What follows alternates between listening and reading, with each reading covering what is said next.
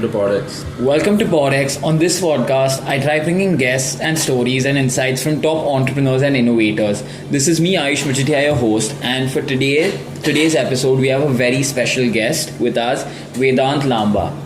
Vedant is a remarkable entrepreneur who has built a thriving business in the highly competitive world of sneaker reselling. From starting, he initially started a store, then he went on and started a YouTube channel, and after that his store became a huge success and is now running one of India's largest platforms for resellers of sneakers and streetwear apparel.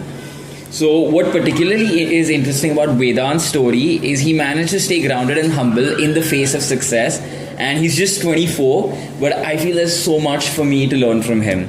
So Vedant, thank you so much for joining in. It's nice to be here.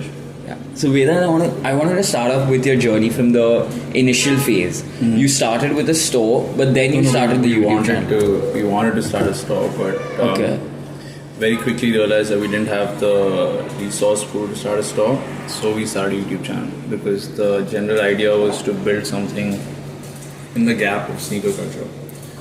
So it was YouTube channel and then store. And How did you expand the YouTube channel? Like, how did you get... I think back then, the sneaker culture was just starting in India. So there wasn't really a huge craze back then. And we also actually didn't expand the YouTube channel. We hustled a bit, and then very quickly we got distracted. It was a bunch of kids and we were very distracted. I think we lacked focus early on. So the channel, whatever we did manage to get through, was growing on its own, but we weren't really putting as much time into it because we then realized we had to make money. So we were focusing on trying to do as much as we could with the store. And we found like a low-cost business model to build with the store, so we started working on that. Okay, but what was like the biggest challenge you faced while building Mainstreet? I think the challenges never stop. There's a different challenge every day.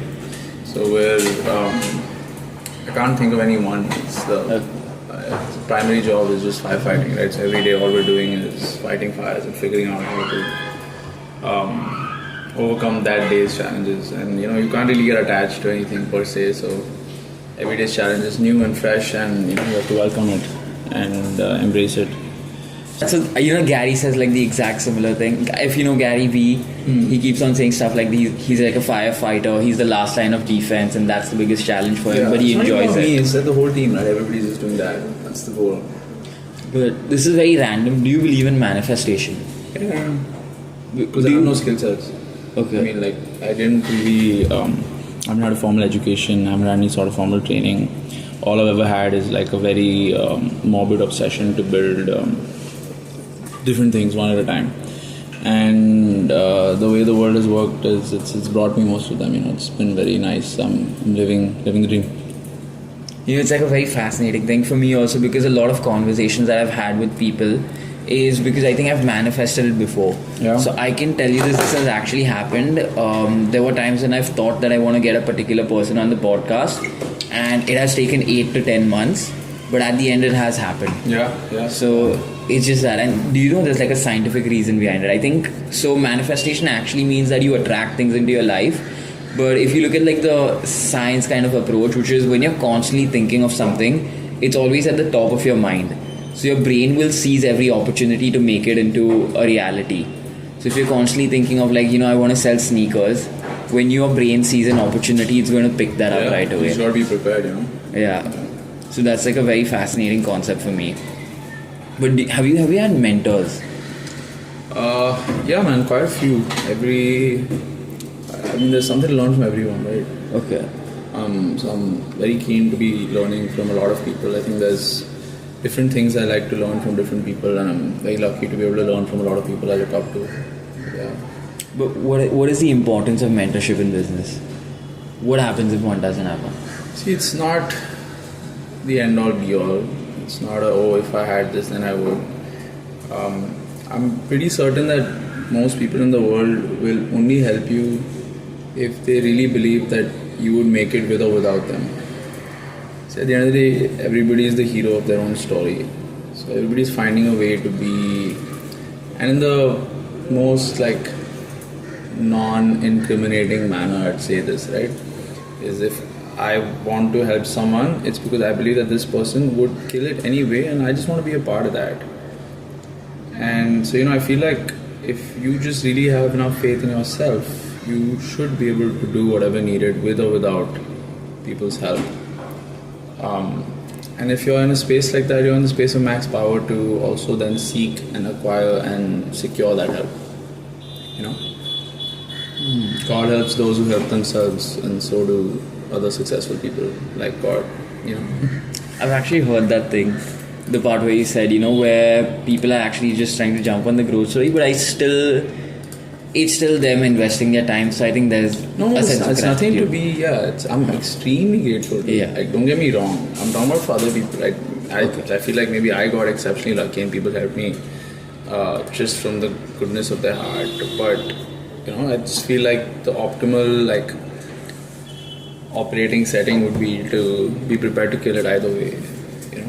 So what was the best advice you may have received from one of your mentors? Early days, I just moved to Bombay, and I felt like what we were building with Mainstreet was like this gold mine of opportunity, and I was really trying to reach more and more people. And I had recently become friends with Tanmay Bhatt. Okay. And I was constantly asking him to connect me to people. At one point he was like, dude, it's like stop trying to reach cool people, just focus on doing cool things and the cool people will show up. So and I think that day like a switch really flipped in my head, and then on I've really head on kept my head down as much as possible. And a few years later I looked up and I was like, hey, I was recently having that conversation with him. I was like, yo, you said this to me, I don't know if you remember, like a few years ago, and like I look around, surrounded by a lot of cool people. It's pretty cool. You've made it. I think I don't think we made it yet, but we're surrounded by a lot of cool people. But I would say you're at a stage in life where I do aspire to be at some point in my life. So it's like really cool looking up to you, and having this conversation with you is like a really amazing thing for me. You can get there earlier, man. Do not wait 5 years. Let's hope it happens. Just get that hustle in, I was listening to your podcast with Varun, and you spoke about this one thing where you've not changed your wardrobe in like 2 years, and you're not too much into buying stuff. So is there some relation to minimalism, or what are your thoughts on that? Maybe I'm just lazy. I don't know. But also, like, I'm passionate about like environmental conservation, about animal welfare, about staying healthy, about also just being as efficient as possible. Like, I just enjoy a lot of, I'm a nerd about a lot of these things.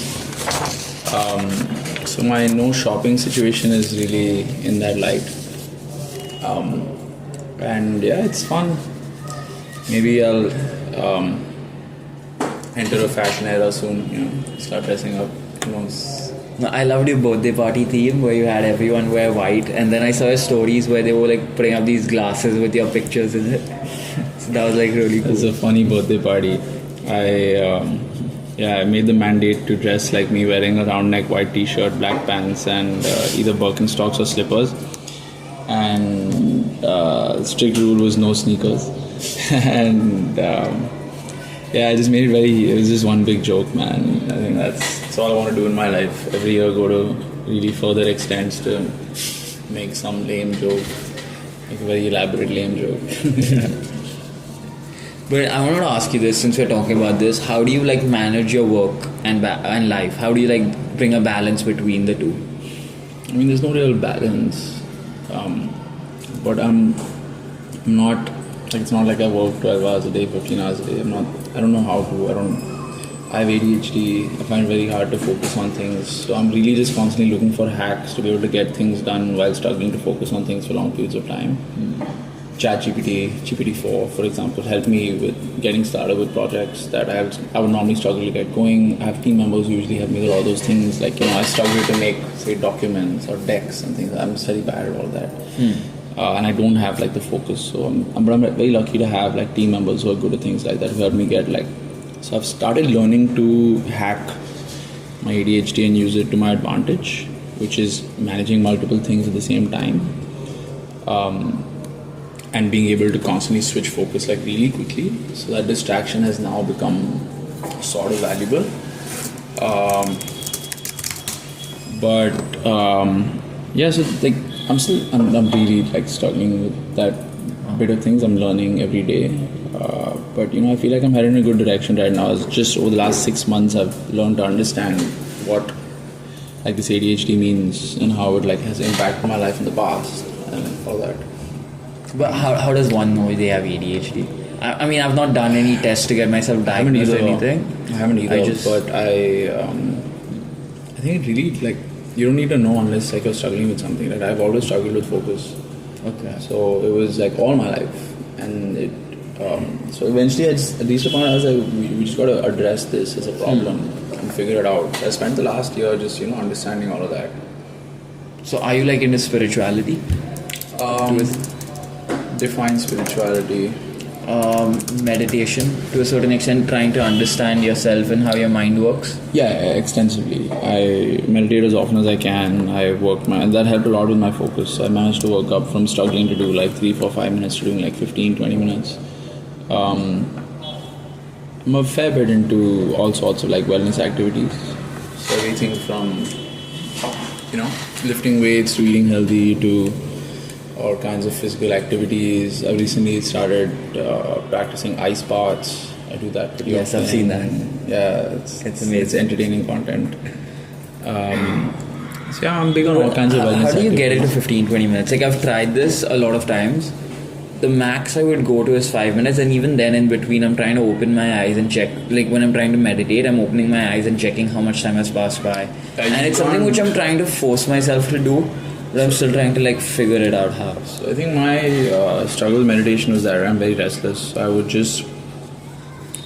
I'd usually put on like noise cancelling headphones or be in a quiet room, put a countdown timer, and the idea was very simple. The challenge is don't move till you hear that sound, so no checking and no responding to any sort of external stimulus. So you should not respond to say a bead of sweat rolling down your forehead, to any sort of breeze, to a fly. You should just be able to not respond to anything. And if you do that for like 4 or 5 minutes, at that point you end up being in a state where you're basically observing your thoughts. You're not just give me 5 minutes. You're just observing your thoughts. You're watching versus your thoughts are not like active anymore. It's passive. Others, you want to chat with the room? You don't have to sit there. Just call him. Yeah, so I think like that. My core goal of meditation was that. Can I just because I'm very like very jittery as a person. So the idea of meditating for me is to be able to get out of that and just be relaxed, and it's beautiful, man. It's a great like energy. You should try like guided meditation. There's an app called Level. Yeah. A friend of mine, Harshal, Karya, and Ranveer from Dear Biceps, and this dude named Ayush. Your name was Ayush. Yeah. So the guy named Ayush run the company. It's really, really cool. It's a very well run company. It's a very cool app. You should try it out. But like, it's not the end of the world if you can't. You have more important things to do also. But how has cold showers helped you? Because even Cold that's showers I just something take which I've every tried. morning when I wake up to But does it help in anything? Yeah. I mean, so all these things are also mental strength building. You look at something that you think you wouldn't normally be able to do, and you learn to do. It really helps you to achieve other things in your day. So now my general routine is I'd wake up, first thing I jump into a cold shower, and then I do about a 20-minute morning page routine where I type about 1,000 words. It's like a brain dump. And then hit the gym. Post gym, I ideally ice bath, so sometimes I do it at night. After gym, I have like a hot shower, breakfast, go to work. And in the evening, I do like an ice bath. In entrepreneurship, people face failures. There are ups and downs. So what gives you what's like your motivation to keep on continuing in that path? I would want to ask that. Did you ever feel that I wish I had gone to college and led a simple life, or no? I mean, I've had those thoughts, but do I actually feel like that? No. But I'm just so obsessed with like where we're going. I've never stopped to be like, oh shit, like smaller failures never really mattered. It was always where we're going. And then one day I looked around and I was like, wow, we're really well on our way. So yeah, it was.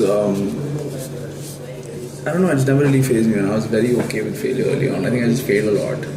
I made a lot of mistakes. I got very early on. I got okay with like doing shitty things, and now I'm trying to up that standard. But because of that, I managed to break past failures pretty easily. It never really phased me. And I wanted to ask you this: what would be your last advice for anyone listening or watching this podcast? Don't take life as seriously as people tell you to.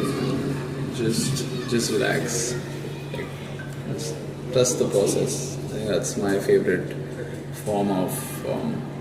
It's my favorite philosophy to live by. Everything will be fine, dude. Has to be. Nothing in life is fatal.